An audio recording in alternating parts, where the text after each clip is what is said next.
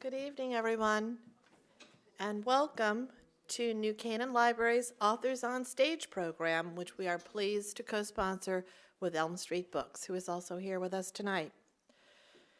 Today we welcome British-born author Amanda Hodgkinson, whose debut novel, 22 Britannia Road, is a powerful tale of World War II survival and the struggle to begin life anew in post-war England. After a period of 6 years living wild in the forests of Poland, Sylvana and her son Eyre are reunited with husband and father Janusz, who has prepared a home for them in England. But to make it a real home, they will have to come to terms with what happened during the war, accept that each is different, and allow their beloved son, but wild son Eyre, to be who he truly is. Amanda was born in Somerset, England, and moved to a small fishing village near Essex with her parents, where at the age of 10, she fell in love with books and knew she wanted to be a writer. Some years and 2 children later, Amanda earned her MA in creative writing from the University of East Anglia. She now lives with her husband and 2 daughters in the southwest of France. 22 Britannia Road is her first novel. Please join me in welcoming Amanda Hodgkinson. Welcome. Thank you for coming. Thank you very much. I'm so pleased to be here. It's a very, very beautiful town that you've got. I had a look around today. Even in the rain, it's beautiful. This is my last date on my US tour, so it's a kind of special moment, really. And tomorrow I go back home to France. I started this tour, actually, in Italy, because I am very proud to tell you that the book was published in Italy a few months ago, and it's just won an award for the best European novel in translation in Milan. So I was there before I came here, which made for a very long trip because I flew from Milan to London Heathrow, and then Heathrow to Chicago, and then Chicago to St. Louis. And I just don't know how long I was traveling. I arrived there, and I really didn't know what was up and what was down, but I've kind of recovered along the way. 22 Britannia Road is my first novel, and it's a love story, but it's a love story between a man and a woman, and it's also a love story between a man and his son and a woman and her son. I set the novel immediately after the Second World War. I was very interested in that war, but I was more interested in what happens after war when everybody is meant to get back to normal, when you're told that the war is over and it's peacetime. I was very interested in finding out what peacetime means to people. Certainly in Britain, straight after the Second World War, there was still rationing. There was a huge movement of people, a great many immigrants coming to the UK to start a new life, many soldiers coming back to families, and it was very difficult, I think, for people to just pick up where they last left off because everything had changed for them. And this particularly interested me, and was one of the reasons I set about writing the novel. Bye. Oh, it's not easy to sit quietly. I set the novel in Ipswich, in Suffolk, in East Anglia, in Britain. And there were a couple of reasons for that. Ipswich is a little market town on a river, an estuary that runs out to the North Sea. And I grew up there. And I actually wrote the novel when I moved to France. And I set it there for 2 reasons. The first being that I had an intimate knowledge of that place, but it had also become a place of my memories. And I think when something becomes a place of memory, it also becomes a place of the imagination. So for me, writing about Ipswich, writing about that place, was a very freeing thing to do. I could really thoroughly imagine another world there. The other reason I set it there was because, as I'm sure you know, the novel's about a Polish family, and growing up there, I was always very aware that there's quite an important Polish community in that area that dates from the Second World War. And certainly growing up there, I was always aware of that, and there were stories from my grandparents and friends of my grandparents. And so I felt that there was a kind of verisimilitude involved in setting the novel there. So it made sense to me to have a Polish family in Ipswich, and it made sense to me to be writing about it from a personal level. It was quite interesting. Writers are usually quite conscious of what they're doing, and I showed remarkable lack of consciousness because it only occurred to me a while ago when I'd finished the novel that I'd been writing about a family who had been uprooted and moved to a foreign country and started a new life at the same time that I had uprooted my own family and we had moved to France and we were learning a new language and a new culture and a new way of being. So I think maybe without realizing it, my own experiences, although completely different, kind of touched in some way with the experiences of the characters that I was writing about. The novel is about a family, Janusz and Silvana, who meet just before the Second World War and fall desperately in love and have a little boy, Oryk. And the family are very happy until the war begins and they're separated. Janusz goes to become a soldier, and then various things happen and he loses his regiment and meets up with a couple of other soldiers, and they trek across Poland and arrive in France. And in France, Janusz doesn't know at that point, he's getting very little news about what's happened in Poland, and all of it is bad news. And he doesn't know whether he'll ever see his wife and son again. He's experienced some pretty awful things on his journey to France. And he falls in love with a girl called Hélène, who lives in a farm on the hills above Marseille. He doesn't stay there. He goes on a boat along with a great many other Polish men that made it across to France to Britain. And in Britain, he served in a Polish corps in the Royal Air Force. So he starts a new life in Britain. Meanwhile, his wife and son, Silvana and Oryk, leave Warsaw and join the great long queues of refugees trekking across the country. And they end up surviving the war. They live in a forest, they live in a cottage, they do all sorts of things, but really primarily they just get through it and come out alive the other side. And at the end of the war, Janusz decides that he's going to trace them. And through the Red Cross, he finds his wife and son, and they come to Britain. And in the meantime, he's got a little house, number 22 Britannia Road, a little red brick terraced house. He's got a job to go to, and he has got a dream of bringing his family back together. He even creates a beautiful English garden in the back garden with roses and a vegetable garden. He has a whole dream of starting a new life and starting an English life. He speaks very good English by now, and he imagines his wife and son will do that too. So he desires family, he desires peacetime, he desires security. Silvana and Oryk desire exactly the same things, but because of what they've been through, and because of certain choices and decisions and acts that Silvana has undertaken during the war, it makes it very difficult for all three of them to manage to live those desires.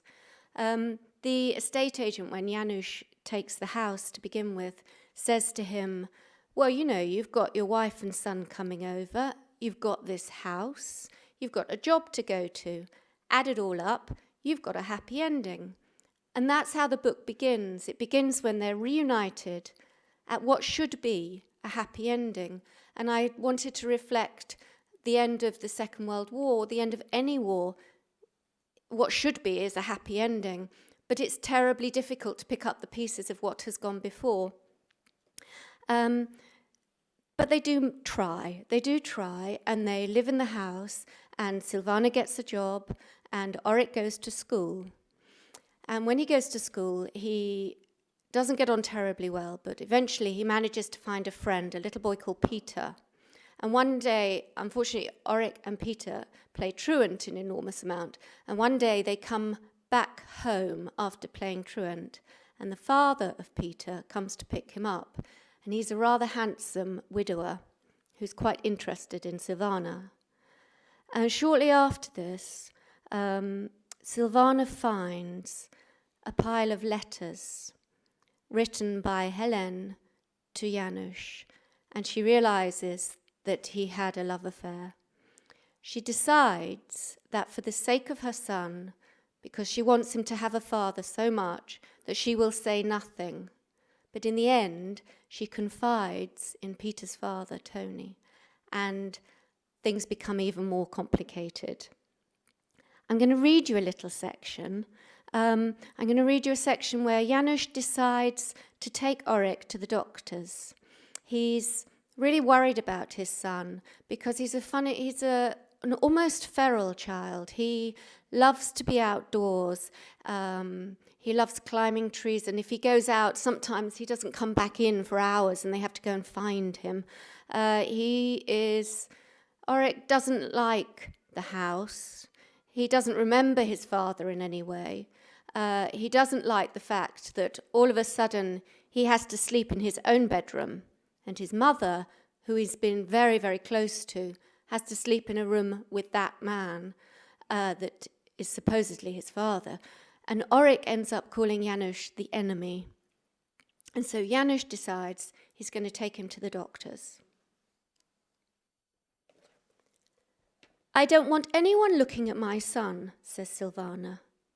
Janusz sighs. "It's just a doctor." "There is no need to get other people involved," she insists. "There is nothing wrong with Auric." Janusz will not be talked out of his decision.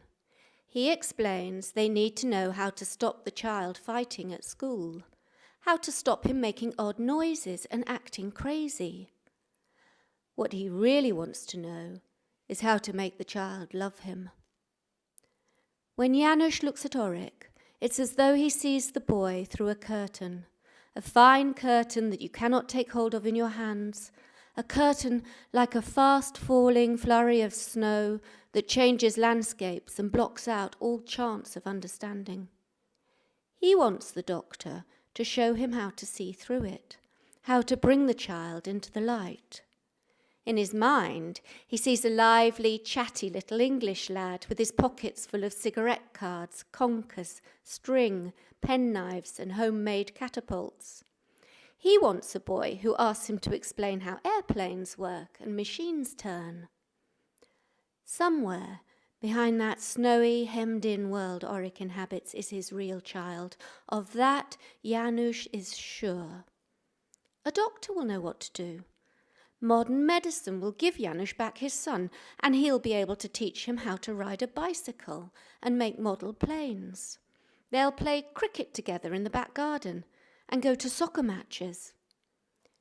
Janusz and Silvana sit in a crowded waiting room with the child between them, surrounded by the sounds of legs crossing and uncrossing, magazine pages being turned, the wet gurgles and wails of babies, and the dry misery of hacking coughs and stifled sneezes. Janusz checks his watch. "There is nothing wrong with him," insists Silvana. "That's what I hope." Auric has started humming, a rumbling drone like the drone of bees. Janusz tries to catch Silvana's eye, wanting her to stop the boy making that noise, but she is staring at the exit as if she's planning to escape at any moment. Beside the door, a young woman sits, swinging her foot. Her tan stocking is darned at the ankle, and she reminds him of Hélène. He can't help staring. The woman looks up from her magazine and their eyes meet, but she's nothing like Hélène. It's a mistake he makes all the time, seeing her in other women, tiny fragments of recognition in the brim of a hat, the movement of an ankle, a collar, the curve of a neck, a wave of the hand. It's a weakness in him that won't go away, a shameful hunger, like a man who has long ago stopped drinking, but still dreams of the taste of vodka burning his lips. Janusz can feel the woman's gaze shift to take in his wife and son beside him. She turns back to the magazine on her lap, and he feels suddenly foolish. It's a relief when they're finally ushered into the doctor's office, a small dark room lined with books in glass cabinets. The doctor is a tall man with a stooped back and a head of thick grey hair. He moves methodically, steadily, and Janusz has confidence in him. Like so many Englishmen of the middle classes, the doctor's clothes are shabby, but still look expensive. A thick wool jacket wearing thin at the elbows, overwashed white cuffs, discreet gold cufflinks, polished black leather shoes that shine like oil. He is gentle with Oric, approaching him slowly, spreading his hands as if to show he has nothing to hide, no sudden movements, calm and steady. Blood pressure, weight, height, head circumference, pulse. And Oric in his vest, nervous as a stray dog. "Nothing wrong with him as such," says the doctor, taking off his stethoscope and laying it on the desk. He fishes in his pocket and pulls out a sweet. "There you are, young man. A barley sugar for your troubles. That's it. Let your mother get you dressed again." "Is it normal?" Janusz hesitates. He doesn't know how to say this. "Is it normal that he doesn't seem to know me?" The doctor reaches for a pipe that lies on his desk and begins filling it with tobacco from a small leather pouch beside it. He glances up at Janusz. "You've been apart for a long time. You and your wife can help the boy, of course, by showing him that you're happy together. That's terribly important for the child's development. But really, there's nothing wrong with the boy." "I say this," Silvana butts in. "I say this, but he won't listen." Janusz coughs, shifts his weight from one foot to the other. "I just want to make sure the boy is all right." The doctor lights his pipe, sucks on it, continues speaking. "Your son is underweight and small for his age. He shows signs of having rickets, his chest, that knotted look to his sternum, but it's to be expected given his history. Unfortunately, we see an awful lot of this at the moment. He hides food around the house. Janusz can hold back no longer. He's not like other children. He pleases himself. Sometimes he talks quite normally. Other times he makes bird noises. What's wrong with him?" "He's been through a war," the doctor says wearily. "Give him time, a secure home, proper food, plenty of discipline, and he'll be right as rain." The doctor shakes Janusz by the hand and gives him a prescription for cod liver oil and malt extract. "I suggest liquid paraffin for the lice. He's got quite an infestation. Leave it on his hair for 36 hours, and do take care to avoid him approaching any naked flames." Silvana does not shake the doctor's hand. She holds Oric tightly, guarding him in a way that makes Janusz think of the prisoners of war he has seen, the ones who fear their boots and coats will be stolen. On the way home, Janusz tries to feel hopeful. There is nothing wrong with the boy. All he needs is a home and time to settle in. And that sounds right for all of them. Thank you. Oh, thank you.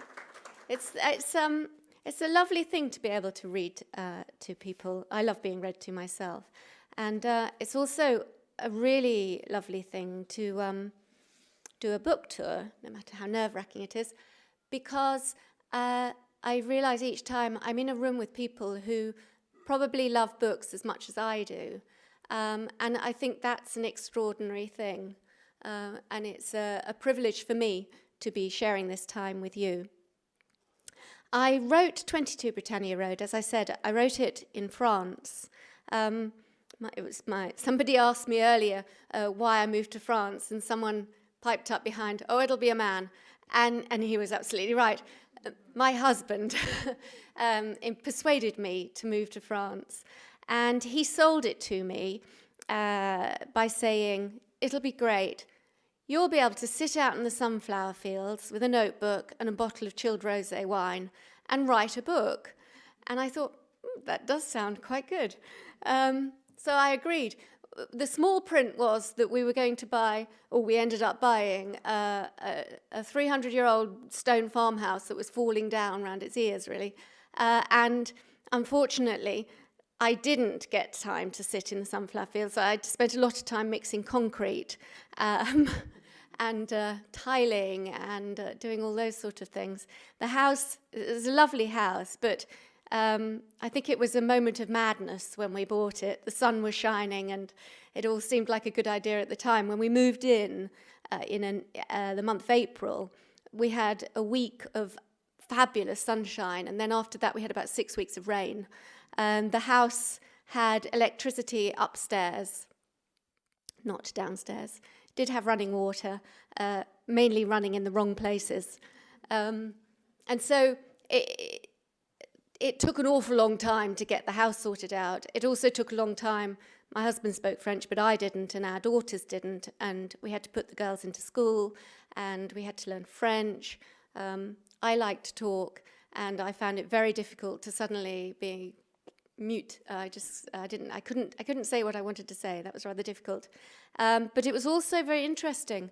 It was very interesting for me to find myself in a position where I couldn't make myself understood. And I realized, certainly for the novel probably, it helped me. I realized how people can think about you if you can't communicate. There was a moment with a very, very sweet French woman took me under her wing, and she spoke a little tiny bit of English, just enough to for us to get on. And I remember a moment where she sat me down and explained to me who Picasso was, and I realized what she must think of me. She thought I wouldn't know because I couldn't speak her language, so she thought I didn't know anything. She said that anyway. Finally, we got the house sorted out. And finally, my husband said, "So have you finished that novel?" And I pointed out I hadn't actually started it. So I decided that although I hadn't started it, I had been thinking lots about it. And there's nothing like grouting to give you great thinking time, painting and that kind of thing. So I decided I would actually really just apply myself and work on the novel. There's a wonderful Irish writer called Colm Tobin who says that most writers spend an enormous amount of time in their mental pajamas thinking about stuff. Once I actually started getting down to writing this novel, I just spent a lot of time in my pajamas. I just got up in the morning and wrote and stayed up till goodness knows what time, and then went to sleep and did the same thing, and finally got the novel finished. At that point, it was quite exciting, really, because although I've been writing for a long time, I started writing by writing poetry and short stories, and I've been a journalist for a long time. But writing a novel was some other kind of larger thing for me. When I finished it, I then had to get an agent. And I wasn't that keen on writing to agents because I'm not that keen on rejection. But I know rejection is part and parcel of writing. So I decided, when I found the agent I really wanted, I decided in my cowardly way that I would email her on a Sunday morning because she wouldn't be in her office, which would delay the rejection by at least a few hours till Monday morning at the very earliest. She was absolutely the agent I wanted, but on her website it said, "No email submissions, no unsolicited manuscripts, and my books are full, thank you very much." But I still thought, well, I'll just email and see. And it just turned out that she was in her office on a Sunday morning, and she emailed straight back. And when I saw this email come back, I just thought, oh, she's going to shout at me. She's going to say, go away. And it actually said, well, look, why don't you just do as you suggest and send me the first 50 pages? So I sent the first 50 pages. And about an hour later, she said, well, look, why don't you just send me the manuscript? So I sent the manuscript. And then on Monday morning, I got a phone call. I thought, oh, and actually, it wasn't rejection. In fact, she just said, I love it. I'd like to sign you. So that was a very exciting moment. And then even more exciting was the book finally went to auction in England with 4 major publishers, and I signed with Penguin, which I'm very proud of. And then since then, it's sold to, I think, about 18 different countries. And it's a very strange thing to write a novel, because it's quite a secret thing in a way. Even though you're thinking that other people are going to read it, you hope other people are going to read it, it still doesn't really sink in that it's going to leave you and have its own life. So it was published in hardback last year, and it's just come out in paperback. And it's been an extraordinary year, realizing that it has its own life out there and that people have been reading my book, and maybe it has touched other people, and maybe there have been things in it that they have recognized or enjoyed, and that contact that books give us has actually occurred for me personally with my own novel. That's an extraordinary thing and something I feel really proud of. That's about it, probably. I think when I said that I wanted to write about the post-war period, I just think there are a lot of novels about war, and my novel is about war, but I really did want to look at the time after, when the dust has settled, the time when people are meant to just get on with their lives, because it just goes on today. People coming back from wars are meant to just get on with their lives. I think certainly the generation that I was writing about, there was a kind of culture of silence as well. People didn't want to talk about what had happened to them. And I've read, as part of research, I read a great many oral histories, first-hand accounts, and spoke to a great many people. And the more people I spoke to, the more stories of that time came up. And there was a real feeling that I got that people didn't want to talk about that war because they wanted to spare the next generation. They wanted to allow them to be without the hurt that they'd actually experienced themselves. But at the same time, I think part of the interest in books about that time is perhaps because we know that you can't keep silent about things. You do have to lay down stories. You do have to lay down truths in order to move on from those traumatic moments. And I hope that in some way my novel explores that, and the characters do lay their stories down and do find a way to be truthful about what has happened. I don't know if anybody's got any questions. Oh gosh, lots. Brilliant. My question is, have you ever thought about writing either a novel or a factual account of your building, your house? I could go on and on and on about that one. Yes, maybe one day. I don't know. I don't know if it'd be very interesting to other people. I could certainly talk about it. Yeah. I look forward to reading your book. Okay, thank you. Yeah. Did you ever read Peter Mayer's? Yes. So he basically rebuilds his house. But I have a different question. How long does it take to write a book like this? It took me 2 years. But I'd been thinking about it and researching and writing little things for about 4 or 5 years before that. So. And then the next part, the part you read, you called it a soccer match. Yes. Now, did you have to change that for the U.S. audience? Yes. Okay. Yes. I had to change certain words for the American audience. Soccer match being one of them. The other one was I learnt a new word because there's a word called Hessian, a Hessian sack, and you call it burlap. And I was so delighted because I think that's the most beautiful word. I just love it.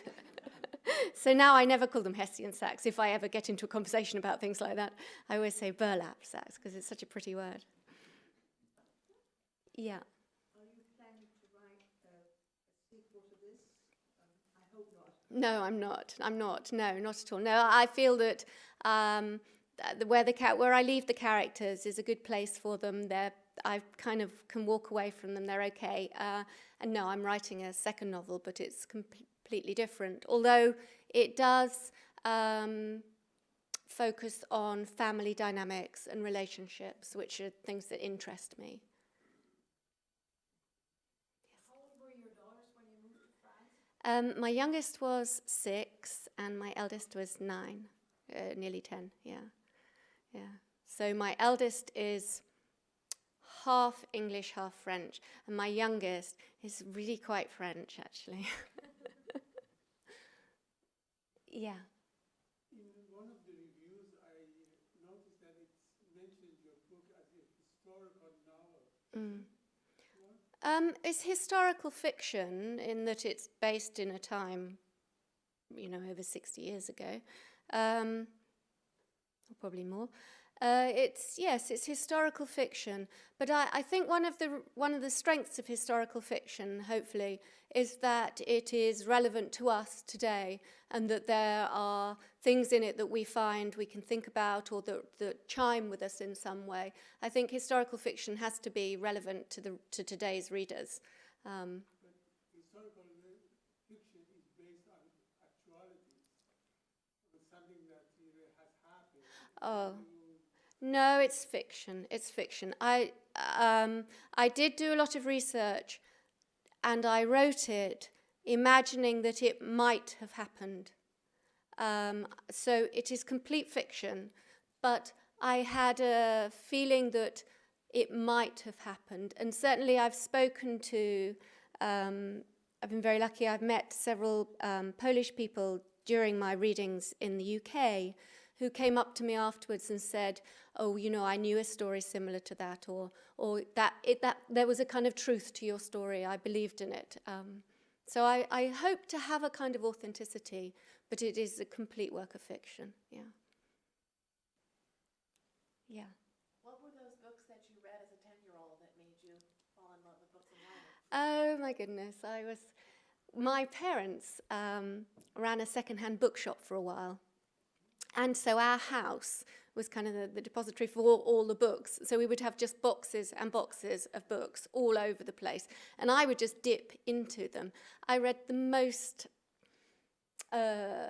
books that 10-year-olds probably shouldn't read at all. I picked up Jean-Paul Sartre's The Age of Reason and started reading it and believed I understood it. It was just like extraordinary. I also picked up in Britain in the 70s, there was a series of books called The Confessions of, and there was the Confessions of the Window Cleaner, and confessions of all these different men in kind of menial jobs, and they were a bit saucy, and I read all of them. I was just like, absolutely dreadful. So I just, I read everything, but I also read Jane Eyre, which I just love. I read a great deal of poetry. Even if I didn't understand it, I just loved the words. I just felt like I was feeding myself every time I read. And nobody ever stopped me reading anything. So as I say, I probably read things that were totally unsuitable, but also things that were totally suitable. I just dived into these boxes of books. So, any more questions? No? Are we good? Okay. Well, thank you. Thank you so much.